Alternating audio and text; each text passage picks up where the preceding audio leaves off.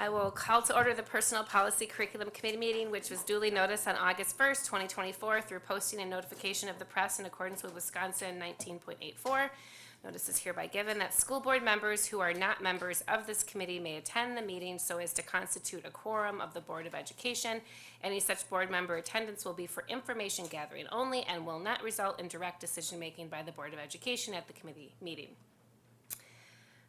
Moving forward, I have a safety message to share. I just want to say, not having this meeting in July, I feel really out of practice, and I don't know how 1 month out of practice is making me feel like I don't know what I'm doing, but just help me stay on task if I seem a little off tonight. I looked up what safety months there were, and school safety, I believe, is kind of an official safety month for the month of August, as many schools are returning. I know we don't quite return in August, but certainly our staff do, and our families are really thinking about it, especially if you go to Target or Walmart or anywhere that sells school supplies these days. So I always think school safety tips are good to share any time of the year, but certainly now. And I just am reflecting a little bit as a parent who drives and walks students to school throughout the entire school year, that I see a lot of things. And unfortunately, many of the dangerous activities are often by our own parents. And of course, I know that because I recognize some of the people making those infringements. So that's always awkward. But I think it's just really, really important for us to be particularly vigilant in school zones. So if you are approaching a zone, please obey school zone speed limits and follow your school's drop-off procedures. Of course, if you are not from that school, you may not know what it is, but if you are listening and have students, please familiarize yourself with what those drop-off procedures are, because they are really important, and staff put in a lot of effort to try to do the best they can to manage people coming and going. Make eye contact with children who are crossing the street. Never pass a bus loading or unloading children. And the area 10 feet around a school bus is the most dangerous for children. Stop far enough back to allow them to safely enter and exit the bus. There are so many more tips that we could get into, but I think that those are just some good reminders as we are approaching the start of school. Moving forward, I need a motion to adopt the August 5th, 2024 agenda as presented. So moved. Second. All in favor? Aye. Aye. Michelle is absent. She is moving a kiddo into school, college. So we are wishing her well. Moving forward now to Global Business Academy update. Chris Mendenwalt.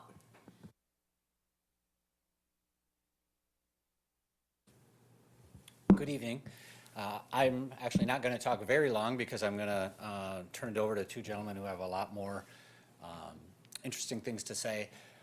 So I'll give you a little bit of history, and many of you know this. We had a program at Craig called Elevate, and we're fortunate enough a year ago to be gifted some off-site space that was office space to do, and worked on what we then called, through the academy model in several different areas, the Global Business Academy.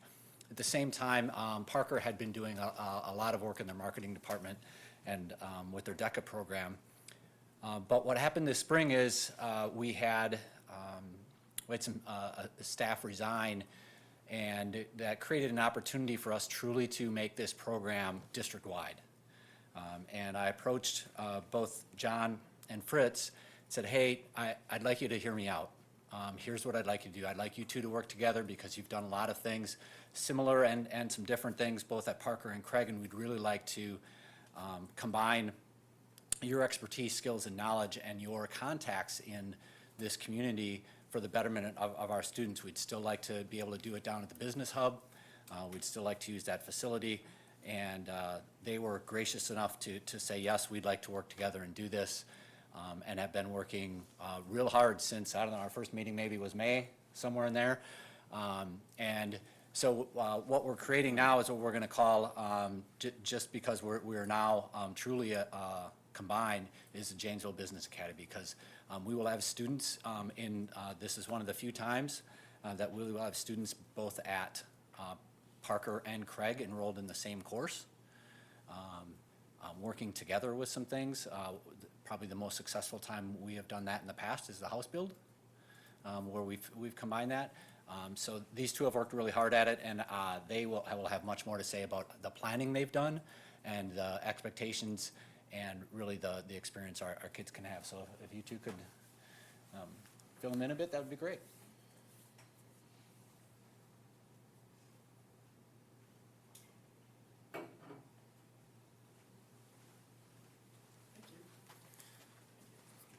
Well, thanks for having us. I think the first question I have is for Mark. Do you know what happened to the frog that was illegally parked? I may have an idea, but why don't you tell me? They got towed. Oh, Nice job. Thought so. I'm John Zimmerman. Fritz Elson, we've known each other for 30 years. I'm starting my 31st year in the district this fall. Being here tonight, I guess, or this afternoon, we're going to talk about Janesville Business Academy and so on. Best thing I can say is we're going to take what Parker DECA has done for 30 years and what Fritz has done in Elevate for the last eight, seven, in there, and merge them. What we've been doing there, I mean, Parker DECA will still continue with me there, but we're going to bring some things together, and as Chris said, work with some kids from both Parker and Craig down at the hub. So it's, I don't want to say it's brand new because we've been doing it for a long time here. It's just now we're going to service kids in one spot and do it. Yeah, so we'll talk a little bit about what we're doing. You want to start with a couple things, Sure. I guess, what we've done this summer? So it's this summer. Yeah. We have all our mentors set, so we have 30 coming this year. So we've got a mentor for every student. The students took a survey for what they were interested for careers, and then we were able to give them a professional, mostly in the community, although we did have some Chicago, New York types that'll be more remote.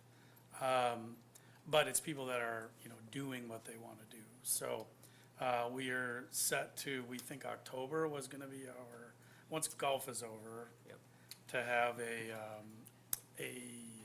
mentor meet and greet, so the kids can kind of get rolling on that. We've done this with GBA in the past, and that's about usually when we started, was October. But to have mentors set is good. And then we've got some projects in the hopper with Forward Janesville. We've done a little bit talking to them, and then some other places that we've done through Elevate. And then John and I have started kind of connecting on people that we want to try to work with this year as well. So in the past, at least for ours, we only did 7 projects for the whole year. And I think our model is going to be more projects, more depth of projects, but maybe less time in each of the projects is kind of where we're thinking. So we haven't quite got a solid number of projects, but we've been working on that as well. Other than that, what do we have? Two credits. 2 credits. We're going to start at 7:45, so that kids can leave 15 minutes early to get back to third hour. So they'll earn econ credit, or half credit, and then a credit and a half An elective, yeah. of elective. So we envision him doing some more marketing, maybe a little more finance that we both have done, and econ. Yeah. The thing for us is he talked about projects. From Parker DECA, we do so much in the community with projects every year. 15, 20 projects every year that we do in the community, from 20, 30-page market research projects that we take to DECA competition and present them and so on. And been doing that for a long time. And that's where we'll work with that as well, because the difference, like, we're gonna learn how to work with this. The Craig kids coming down there, we're meeting for the first time. Where the Parker kids have all come through me, and it's gonna be their 3rd year with me from Parker DECA coming through. So it's gonna be a little bit different, because they're coming in and they wanna work on projects. Like, they're already have a skill, they have a skill set in terms of that, and have been around and, that kind of thing. So we're learning that, and we'll work through that, and Fritz is eager to learn a little more about DECA and what we do, and how we can help support them to get to, as we go. I mean, national competitions and so on, and doing that. So it's a win, I guess it's a win-win. As I said, you know, the guy standing to my left, he's the reason I came down. I mean, I'm not gonna blow sunshine up his butt, but he's a good guy, he's a hell of an educator, and quite frankly, he's the reason I came down. And I have a lot of respect for him for doing that. Thanks. You know- too. Hey, thanks, buddy. They're gonna hug it out later. Yeah. It's a, So for us, I mean, we've surveyed I've surveyed the mentors, surveyed the kids, got that back. We've got topics set up, you know, we want the kids to go through, looking at our list. We've got an open house coming up August 28th, where we're gonna meet the parents and bring the kids down.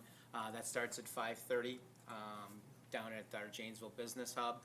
At some point, like probably somewhere between 5:45 and 6, you and I'll yeah, talk we a said little maybe bit. 6. And right around there, and make sure the kids understand just logistical things. Where to park. Exactly, where to park. I'm still learning that, going down there and just going through and making sure we've sent that email out. You know, as we said, like Chris said, this is a whole rebrand thing too. Like, we want to get into having some clothing options. We want to get some advertising. We want to get some banners down there that say Janesville Business Academy. We're gonna have it's one of the things that Fritz and I have bought into, because, you know, having it more kid-centric and more kid-focused, like having the kids design our new logo, have the kids design the clothing, you know, those are things that are practical that the kids should be doing, and then we're the bosses, we get to rubber stamp it in terms of making sure that it's worthwhile for it, and going through. You wanna talk about You some wanna of this? talk about You want me to, or you wanna? Go ahead, It's talk about some of the A stuff we list of wanna things do. that we know we're gonna do, right? Yeah. So, we wanna have interviews. I think we had, I'm trying to think if we had staff from your department this last year, for the HR, but I know, have the kids practice interviews, resume, LinkedIn. We know we wanna do that. Our mentor breakfast, we wanted to let the kids plan it this time. We've always had where the staff, a lot of Mr. Kane did that.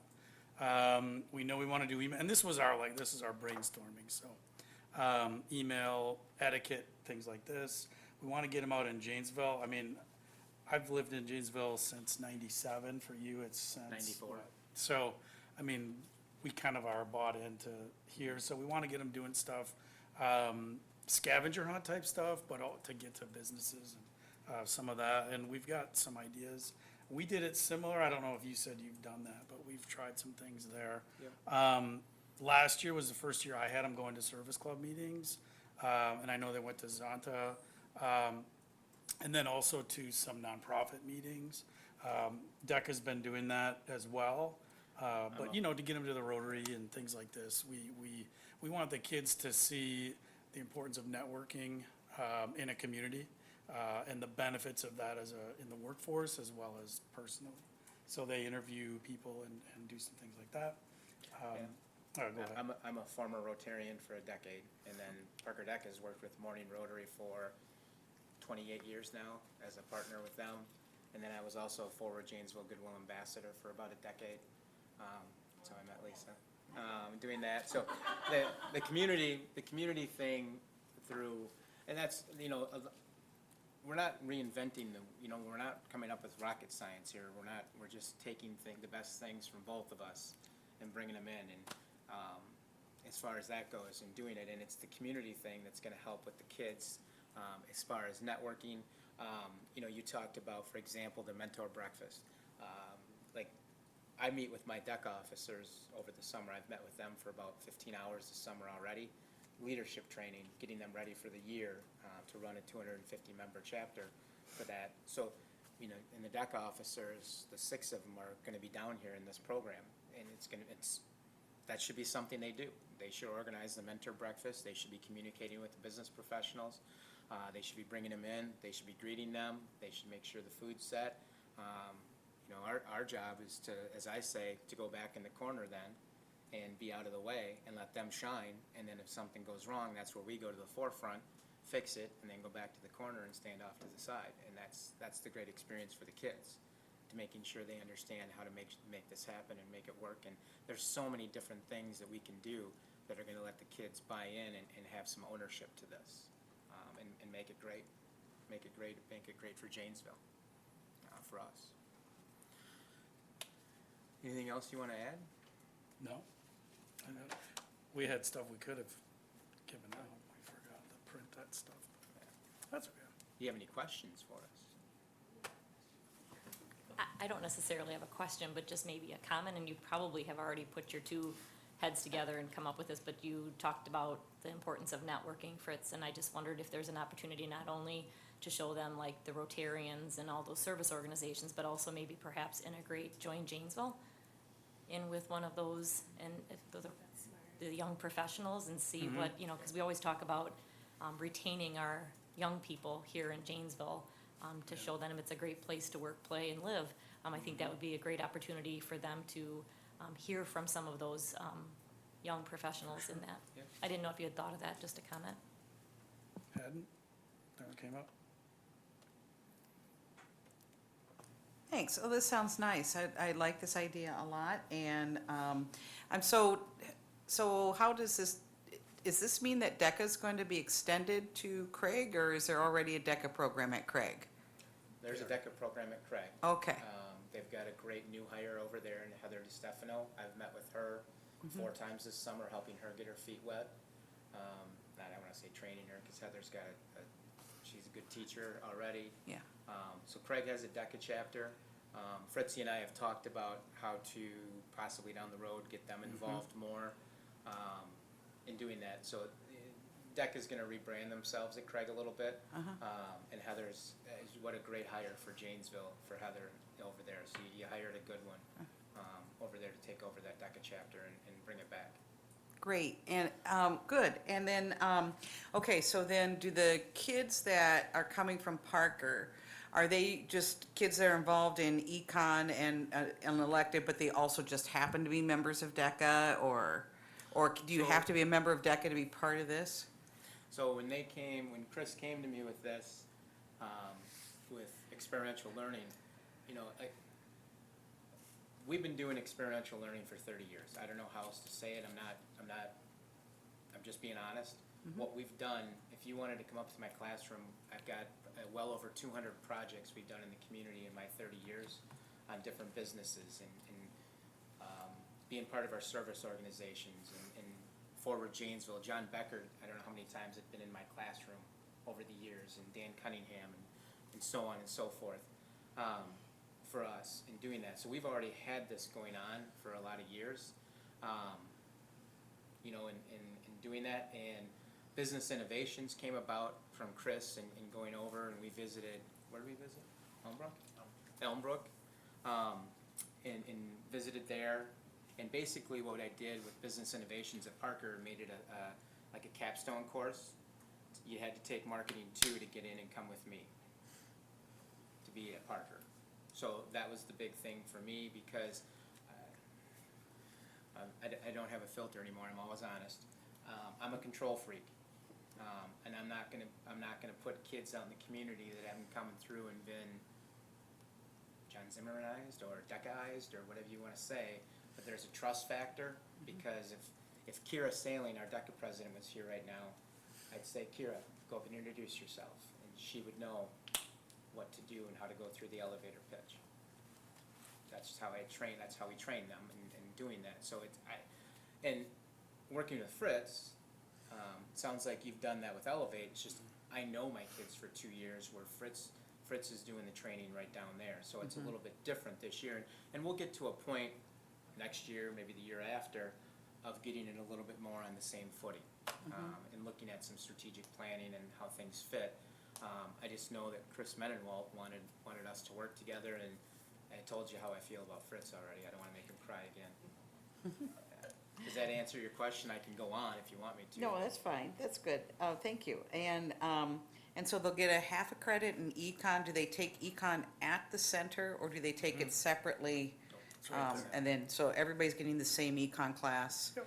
Everybody's getting the same We're gonna get elective class? Yep, we're gonna do Yeah. some finance as well, some marketing, get some local projects going. you That's all know, we'll have time for, probably. what's that? That's probably all we'll Yeah, have time a few for. hours. That's- Yeah, and I think one of the things we both agreed on was taking it from 3 hours to 2 hours, because then the top-notch kids, like the good kids, I don't wanna say that. The top-notch kids, you wanna have, that take a lot of strenuous classes, you wanna have some time for them to be able to do it. And you also wanna have the kids that are in the trades, you know, if they wanted to take it on, they have some time to be able to do it. So you wanna, it just opens it up to more kids that wanna take it, is the best way to put it. Okay, thanks. I don't have any more questions. So first of all, I want to say today is a summer break day for both of you, and you are here.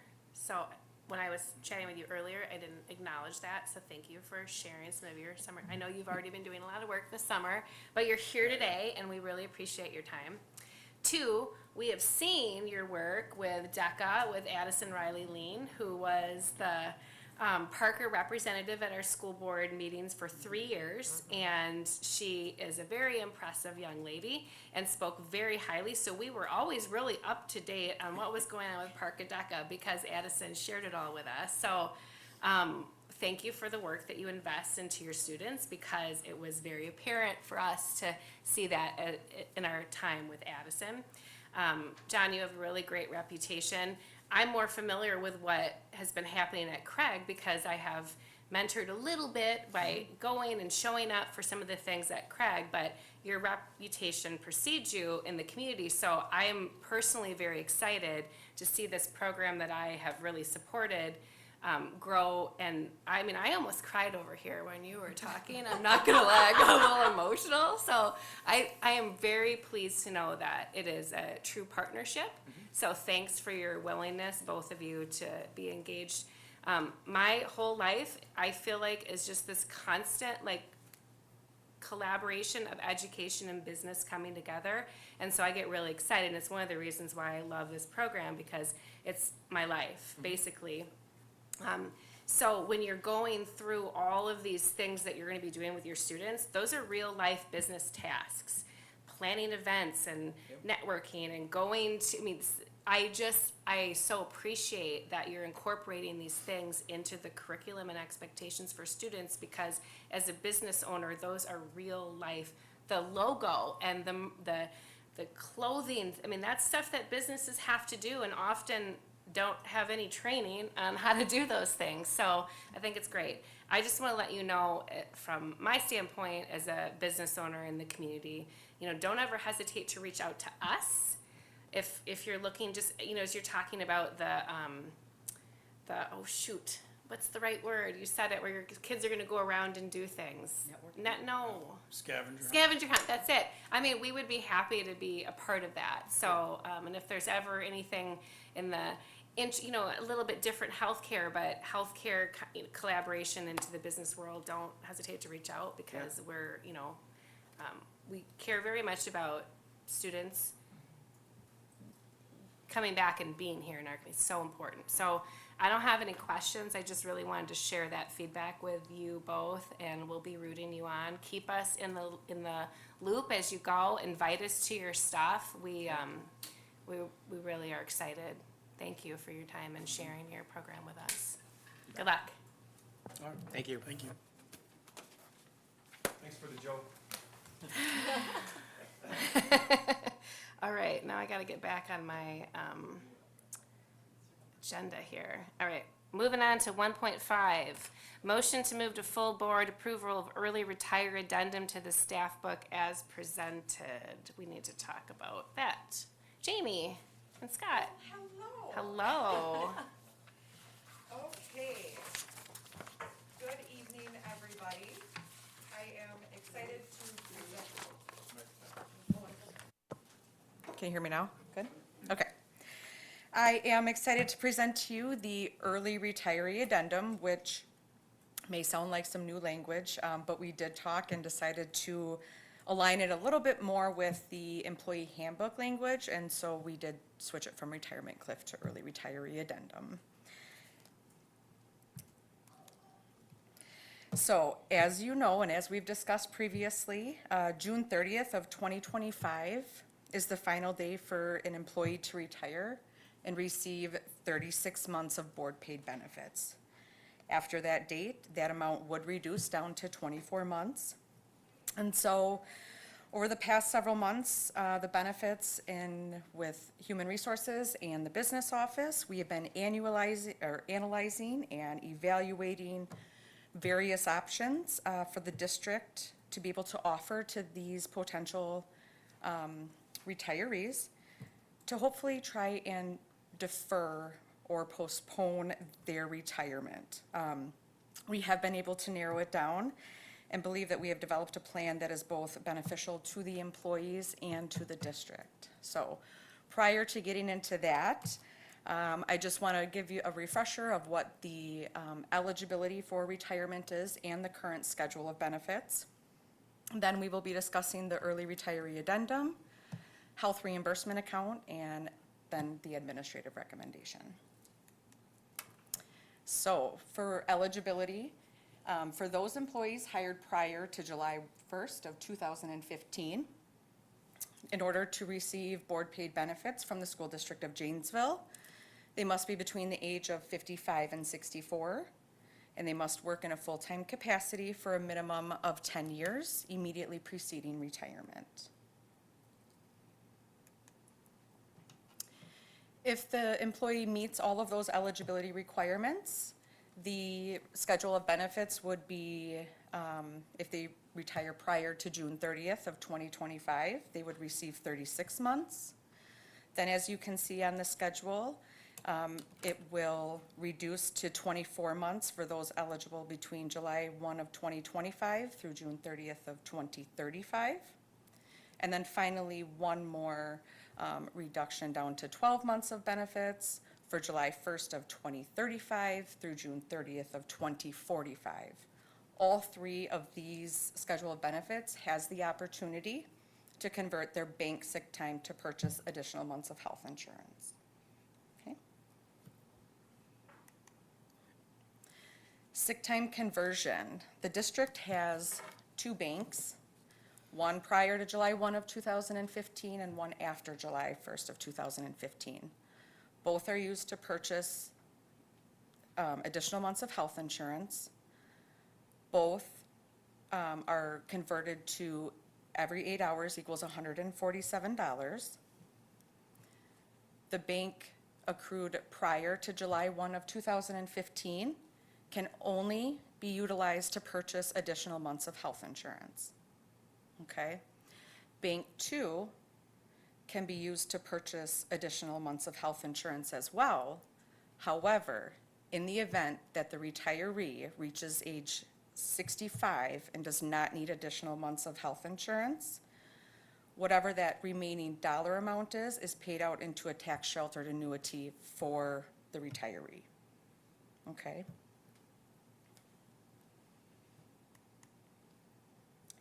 For any employee hired after July 1st of 2015, in order to receive a tax sheltered annuity payout, the employee must be a minimum of 55 years of age. And again, they must work in a full-time capacity for a minimum of 10 years immediately preceding retirement. All of their bank sick time is converted at 8 hours equals $147 a day, and that is placed into the tax sheltered annuity. Okay. So that was just a brief overview of what the current benefit is in the district. And so if there are no questions, I just want to shift our focus to the early retiree addendum. Okay, so why an early retiree addendum? Effective June 30th of 2025, eligible employees who meet the retirement guidelines will lose 1 year of health insurance, okay? So to provide some feedback, throughout the year, the benefits department frequently is meeting with potential retirees. Oftentimes they'll reach out to us and request, you know, I'm looking at retiring in 2 years. Can you provide me what I would receive as of today? And so they come in and we meet with them and we go over what they would be eligible for. And over the past couple of months, We have been hearing things such as, are they gonna do anything about the June 30th retirement date? I'm not ready to retire. I'm feeling like I have to retire because I don't want to lose that third year of benefit. So then it came down to, well, we don't want someone to retire from the school district of Janesville just because June 30th of 2025 is gonna pass. We want them to retire because they are, have given everything that they have to give and have, just continued to help serve the students and district of the community. So, what we want to do is, we want to minimize or stagger the loss of our highly qualified staff members. And in addition to that, we want to extend the opportunity for those staff members to qualify and maintain that third year of benefit. Because in all the conversations I've had, that seems to be probably the main thing that our employees do not want to lose. So what we did is we started working with a consulting firm, Foster & Foster, came up with some ideas, narrowed it down to what would be best for our district and for the employee to kind of maintain the same type of benefit. With that, we have consulted with our legal counsel, which is continuously ongoing, because as we tweak something in the plan, then we're consulting with legal. In addition to that, we met with the JEA and proposed, what we were looking at for options for this retirement addendum. And we met with employees who would fall into this group. There's only 136 of them, give or take, depending on the day. Well, but sometimes we receive retirements, and we also met with them. I picked some from each employee group and just invited them to come in and sit down, and I asked the question of, what would make you stay, And it was, majority is, I don't want to lose that third year. It's important to our staff, that third year is. So with that, this is, again, it's just going to be a brief overview of what our current benefit is and what our proposed benefit is. Again, the current benefit for those who retire prior to June 30th of 2025 will receive 36 months of health insurance, and they will have sick leave conversion to purchase additional months of health insurance.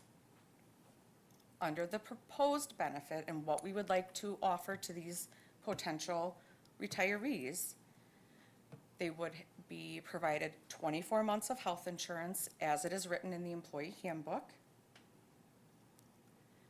The retiree would also receive the value of 12 months worth of the district's portion of the health insurance into a premium-only health reimbursement account. Okay, and I know that's a lot right there. So what that looks like, what that would be is the district's portion. So as you know, we pay 88% of the lowest cost plan. So whatever that number is, we would times that by 12.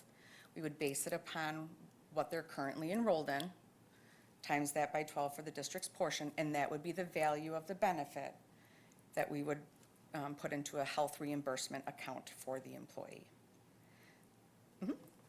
I just want to make sure that I heard that correctly. So it'd be based on each individual's health plan that they were currently enrolled in? At the time of retirement. At retirement, okay. Correct. Thank you. Yes. They would still be able to utilize the sick leave conversion to purchase additional months of health insurance. So they would go through the process and they would have their 24 months of health insurance. They would then be able to convert and have the additional months of health insurance. Once their insurance has ended with the school district, that's when the HRA would come into effect then at that point. Okay? Do we have any questions on that piece? So the 24 months of health insurance, when they retire, is that the same, is it done the same way as the, 12 months of the portion of the health insurance into, a premium, or is all of their health insurance paid? In other words, do they, is it the employee's portion that they still pay in those 24 months of health insurance after they retire? So so how this would kind of go is the employee would receive the 24 months. They pay their portion, whatever is equivalent to actives. Okay. Okay? Then they would do their sick leave conversion. And then the HRA would be what I want to say is the 88% of that plan that they're enrolled in. Right. And that would go into that, and so the employee would then pay, if there was a difference in a plan that they had purchased, they would be paying that additional 12%. Okay. Okay. They'd be responsible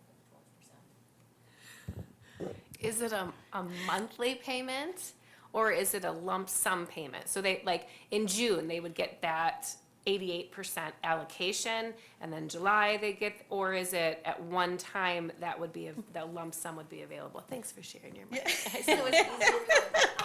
Hers was already on. Yes, so, just to, kind of, just really explain this, the health reimbursement account is, they would pay for it prior, and then they're gonna submit a receipt for payment, okay? So then what we would do is it would be on a monthly basis, so they would request reimbursement from us, and then we would pay that out until they have hit their value. Okay. And I'm trying to understand the sequence here then. Okay. So let's say that they stay another year. Then they retire and they get 2 months of health insurance, and they pay their portion of it. And then they get a chance to do the 12 months after that, or do they do the conversion first? They would do the conversion first. Okay. Okay, so it would be, they receive the 12 months, then they do the conversion, and then once they're, so when a person retires, they come in and they have a meeting with me and we walk them through all the steps, and they actually sign a contract on how long they will have district-paid benefits for. And so once that contract is done and over, then we would reach out to the employee, get them all set up with their HRA, and give them instructions on how to file that claim, and then kind of go through the steps with them at that point, once the district's insurance has ended at that time. Okay, okay, so, let's say that, so at 65, you would no longer have this option because you'd be on Medicare, right? No, No? that is, Okay. that is kind of the nice thing about an HRA. Okay, So right now, when an employee turns 65, no more benefit. Even if they still have time left on their guaranteed amount from the district, if they turn 65, it's done. With the HRA, we have the ability to still put that into their account for them. And so later on in the presentation, I do have what they can use with it before and after Medicare eligibility. So yes, we would not want someone who is 64 and who's not done working to think, well, I'm not, we still want them to receive something for staying.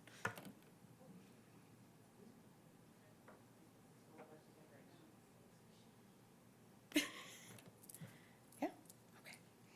And this page is just kind of the last two slides just in one, okay?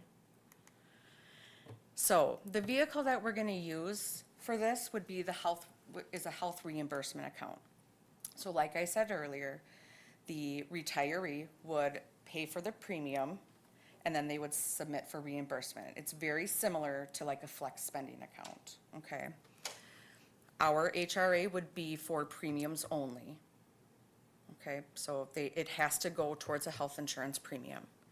HRAs are completely employer funded. Unused funds, we would allow to carry over from year to year. It is also tax-free for the district and the retiree. And one of the great things about this is it is portable.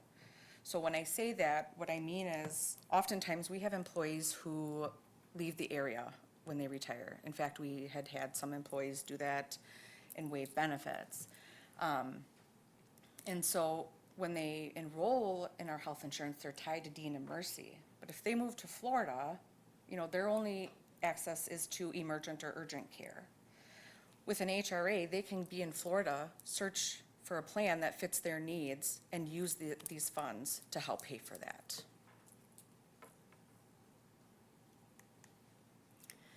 So we do have some guidelines for who would be eligible for this benefit. As a reminder, it is only for those who are eligible to retire by June 30th of 2025, but defer. Okay, so it's approximately just this group of 130 employees. So those employees must have met all the guidelines to retire by June 30th of 2025, but defer. They must work one full assignment year. So what that would look like is we would want the teacher or the custodian to work whatever their calendar assignment is from July 1 of 2025 through June 30th of 2026. And they must be enrolled in the district's health insurance for a minimum of 1 year.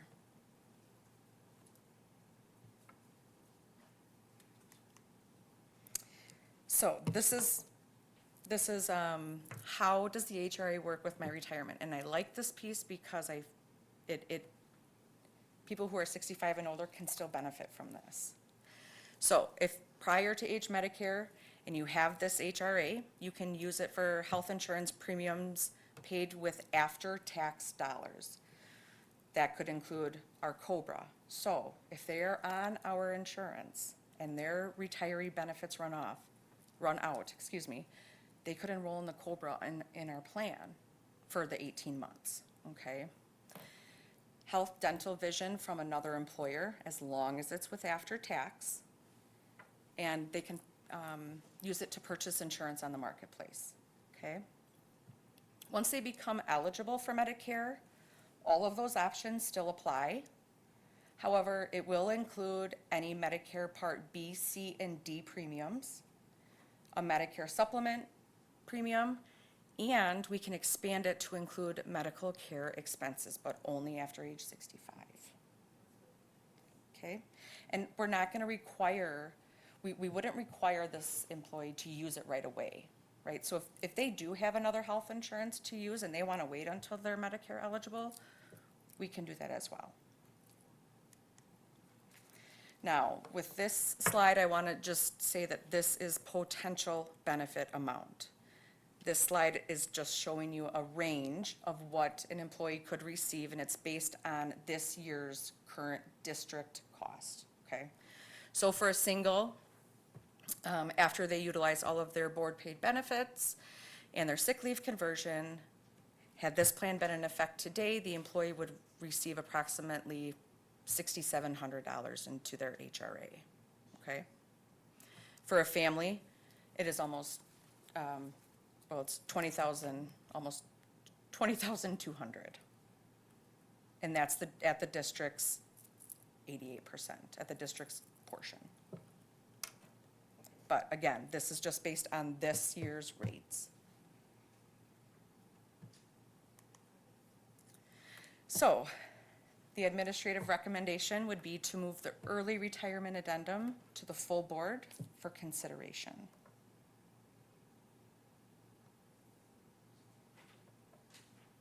Do you have any questions? I always think, what don't I know? Like, what's not on here that would be like a negative or a con that I wouldn't be wise enough to ask?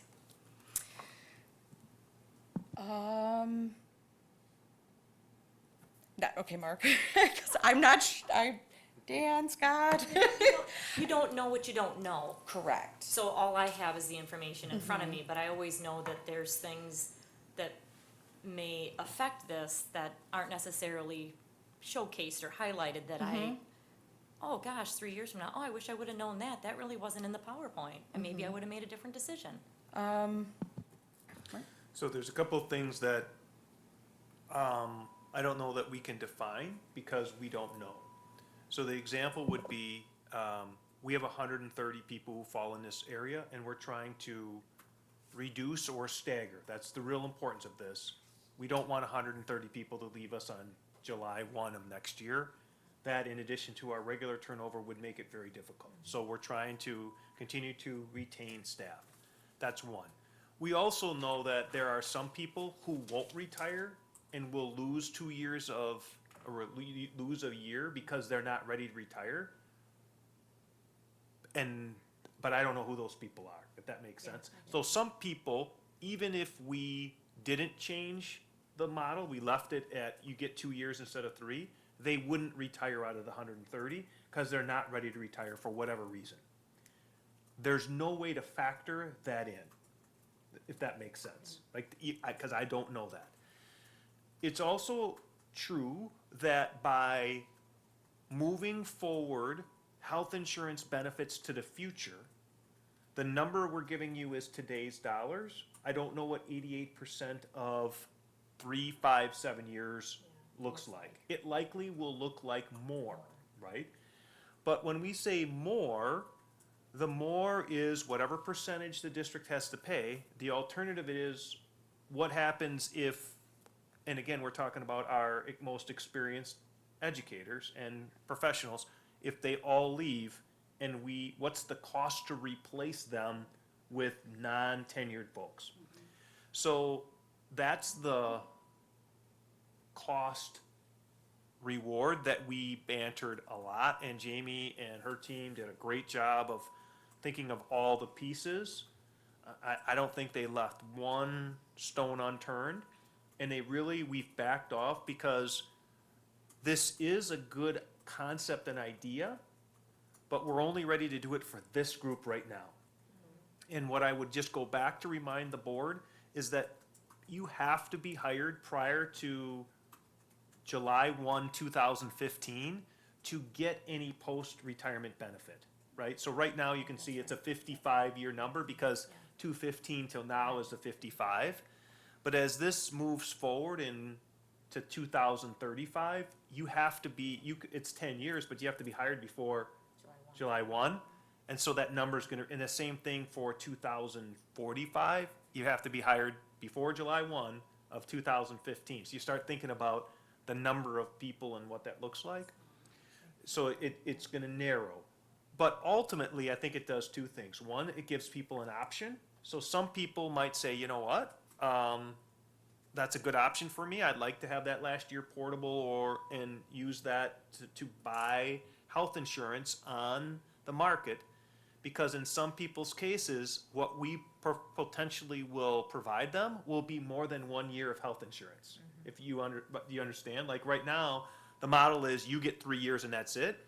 In this model, you might be able to buy additional years or months of health insurance that you wouldn't get. So that's positive. And on the flip side, we have retirees who are not on our health insurance package, and that's a positive for the district that last year. Like, I don't know how many we have now on our health insurance.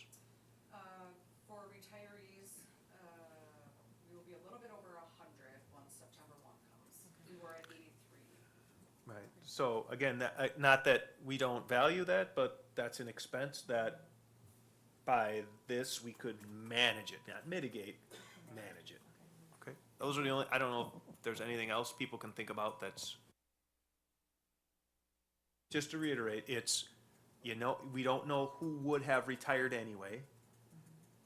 And we wouldn't have needed to give them the benefit to stay, maybe. And then we don't know, this will only be good in theory for 8 years. Because on year 9, you're gonna get 1 year of health insurance because you're gonna be Medicare eligible, right? So if I retire at 55, right, I could postpone this till I'm 63. And then I'll get post-benefit retirements on 63 and 64. But if I wait 9 years and wait for 64, I'm only gonna get 1 year of health insurance. So you see what I mean? So it isn't, so most of the people that we're talking about are gonna wait 1 or 2 or 3 years. They're not waiting 6 or 7 or 8 years, if that makes sense. So the cost, the district's reimbursement piece here, is likely what it will cost us for the next 3 to 5 years, not, because ultimately someone could be 55 on June 30 and then be eligible because of 10 years, wait until, and stay employed with the district until 2034, 33, I guess, right? And then turn 65 on June 30th, 2035, and they would get 2 full years of benefit plus 1. If you wait any longer than that, you're only gonna get 1 year plus 1, if that makes sense. So it is, for most people, they're gonna be eligible now, they're probably already eligible, so they're 55, 56, 57, thinking about, well, I'm getting out now because I don't wanna lose a year. So we'll keep them for a short period of time, not till they're 65, but then we might keep them for 1, 2, or 3 years. Okay, so, and so this is only for those people who are eligible to retire next year, right? Now, but they meet the 10 years and 55 by June 30th of next year. So there are approximately 130 people who meet that retirement. That's the only group we're talking about. So it's not like then the following year or whatever, we'll have to think about, those people that become eligible. So the answer is, well, we always have to think about our people. And so that's some of the work that Jamie's done, but we're not ready to present that yet because technically we have 10 years. Because now if you didn't meet the eligibility of requirement, if you worked 9 years, you didn't get the requirement, your 10th year is 2025, you now get 2 years. And so that 2 years lasts until 2035. So it's possible that we come back to this committee with a model that, but right now, we're just trying to manage the people who are coming up right now. It doesn't mean that we won't continue to have the conversation, but that buys us some more time for the future, and I think some of it will be the feedback we get from our employees. Again, we'll let Jamie and her team come back with some ideas that they have, but I think this bodes some opportunities, both for the employee and for the district, because if they stay, that's the amount of money we're gonna contribute anyway. So if they leave, it gives them some portability. I think people might say, yeah, I think that's interesting. But right now, 130 odd people eligible for retirement now through June 30th of 2025.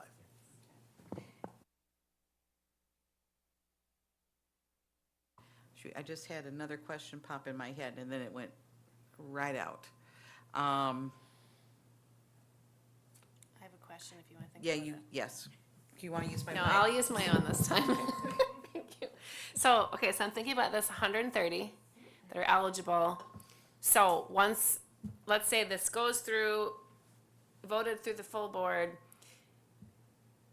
we won't have to make another decision about this 130 like in 2 years, right? Like this is just set now for this time period of however long through the Medicare time period, correct? That is correct.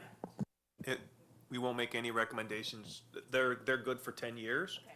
And technically, they don't have to retire in 2035. They could carry over the let me make sure I get the right piece there, HRA, HSA, I get the right, HRA.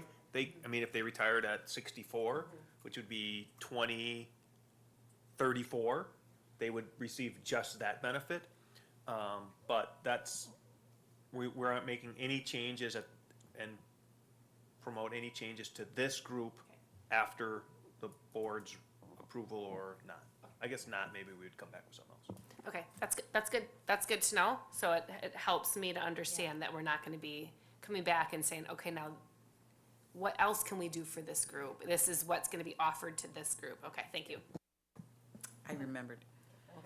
So I just wanted to know, so you've talked to like select, a few people that are in this pipeline or who are eligible, or if you talked to all of them, or? Not all of them. Okay. But I did send out, I picked some from each employee group, so some student nutrition.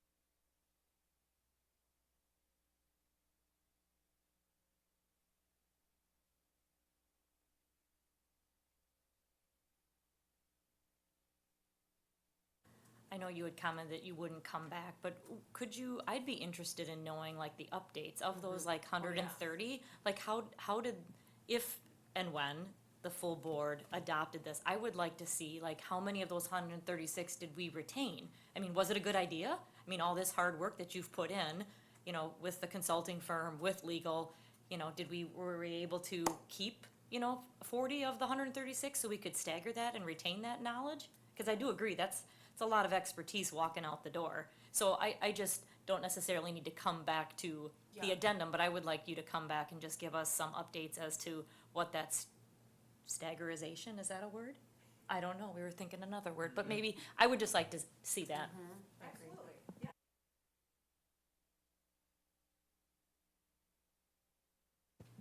So I would like to move this, make a motion to move this idea to the full board. I'll second that motion. Any questions? I don't have a question. I just want to comment that I appreciate the innovative thinking, really, very much. I know a lot of time and energy went into processing all of this. It's complicated, but we have to be willing to try things and think outside the box. It's just really important that we're always doing that. So for everyone that worked on this and all of the people that shared their opinions, I'm grateful for all of them who came in and met with you as well. So yeah, keep us in the loop with us and keep up all your hard work with all of these things. I know it's a really big job. So all in favor? Aye. Aye. No opposition. Motion moves to full board. So we will see this again next week, right? Okay, thank you so much. Moving on to 1.6, presentation and consider moving to full board student parent staff handbook update. Scott Garner. And I did get the updates. By the way, I did see them, Mr. Garner, just to let you know. You're welcome. Good, good. Yeah, we have a couple late submissions here, or hot off the press submissions that I just want to provide you tonight.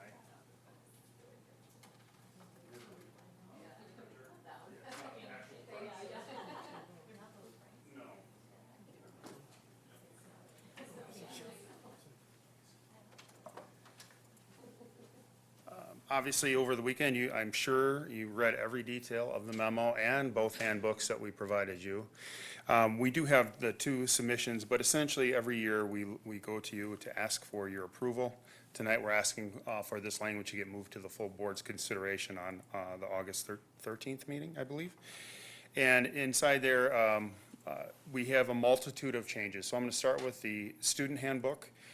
We give that out to our directors, and each team reviews their sections for any changes. The majority of the changes are, we strike redundant language where it's covered elsewhere, typically in board policy or the student conduct code.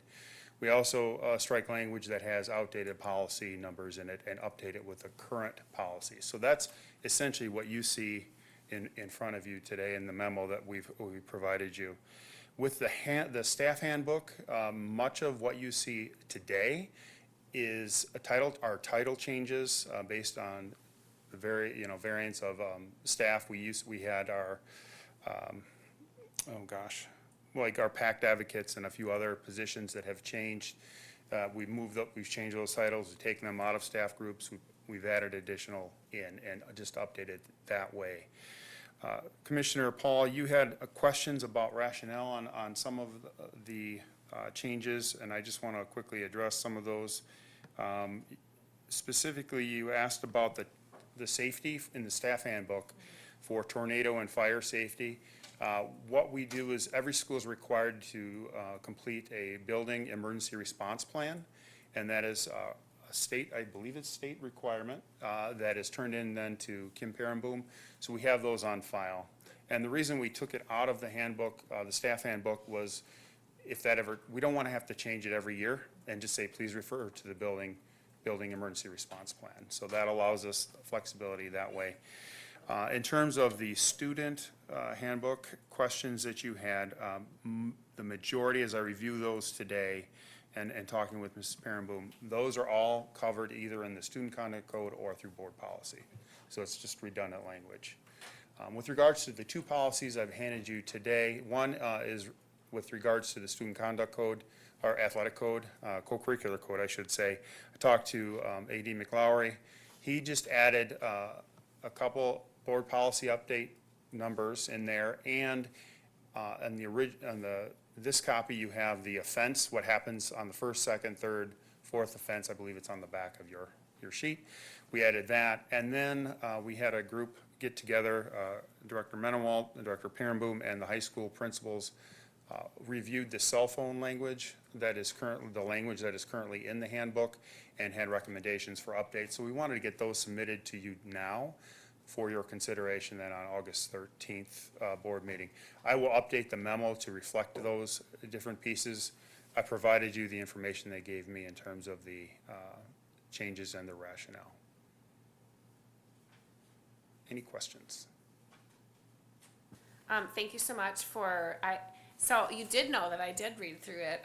Yes, Because I had clearly. questions for a lot, clearly Yeah. I did. So if you question if I actually looked at those things, you know I did. Oh, I Thank figured you did. Thank you for your follow-up on all of those. I am grateful as someone who has kids and I have to, read some of these things. I do think it's important that, we are double checking and knowing what we're agreeing to. So, and thanks, every year there's always updates. So if anyone's ever questioning why are we doing this, just because there are always things that we're constantly going through. I don't have any questions.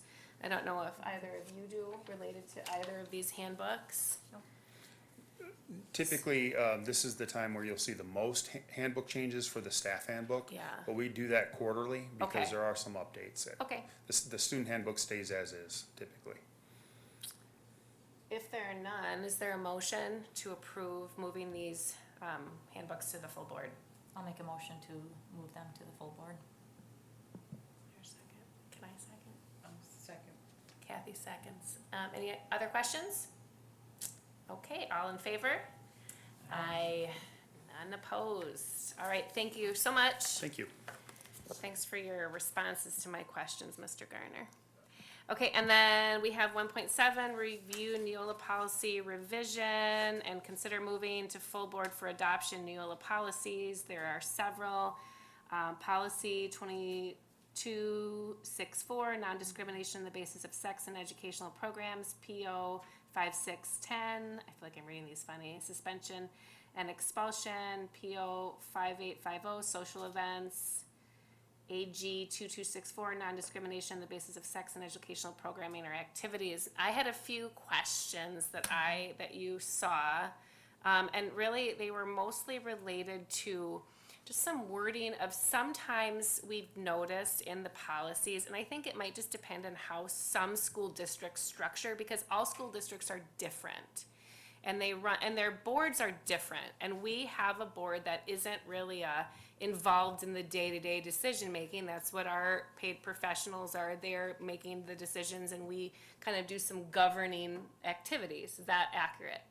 So when it says the board will do X, Y, Z, and I think our board is not involved in that, I want to make sure that if anyone's looking this up, that they understand that it's the district who is overseeing something in particular. And so I'll catch those, and Michelle had a few questions that because she couldn't be here about those same things. So, Kim, I think, did you respond to me on that? Just bringing back, I don't know if you want to talk about that or if you want me to go over it. No, you're fine. So, I mean, you're correct, Commissioner Paul, in that boards operate differently. Our policies are adopted from Neola, so their preface is that the board is the one who sets the policy. They're the one that owns the policy. The district takes over and implements the policy. So where it does say board, like, you don't hire people, the district does, but it's your policy and it's what you're expecting us to do. So it's a matter of whether or not you want to switch that around, which that's your preference. Anyone have any thought on that? My thought is I agree with Kim, the board Okay. sets policy, and they just implement it. We give them direction on how to move forward with those policies and procedures. All right, there was something that came up to me, so I wanted to make sure that we were all on the same page with that. So if we feel comfortable with that, then that is fine with me. So, Okay, thank you for responding, and, again, I read all of those. I make a motion to move these Neola policy revisions to the full board. Second. Any questions? All in favor? Aye. Aye. None opposed. Motion passes. Thank you so much. Okay, we have now moved on to 1.8, which is announcements and updates. Is that correct? Yep.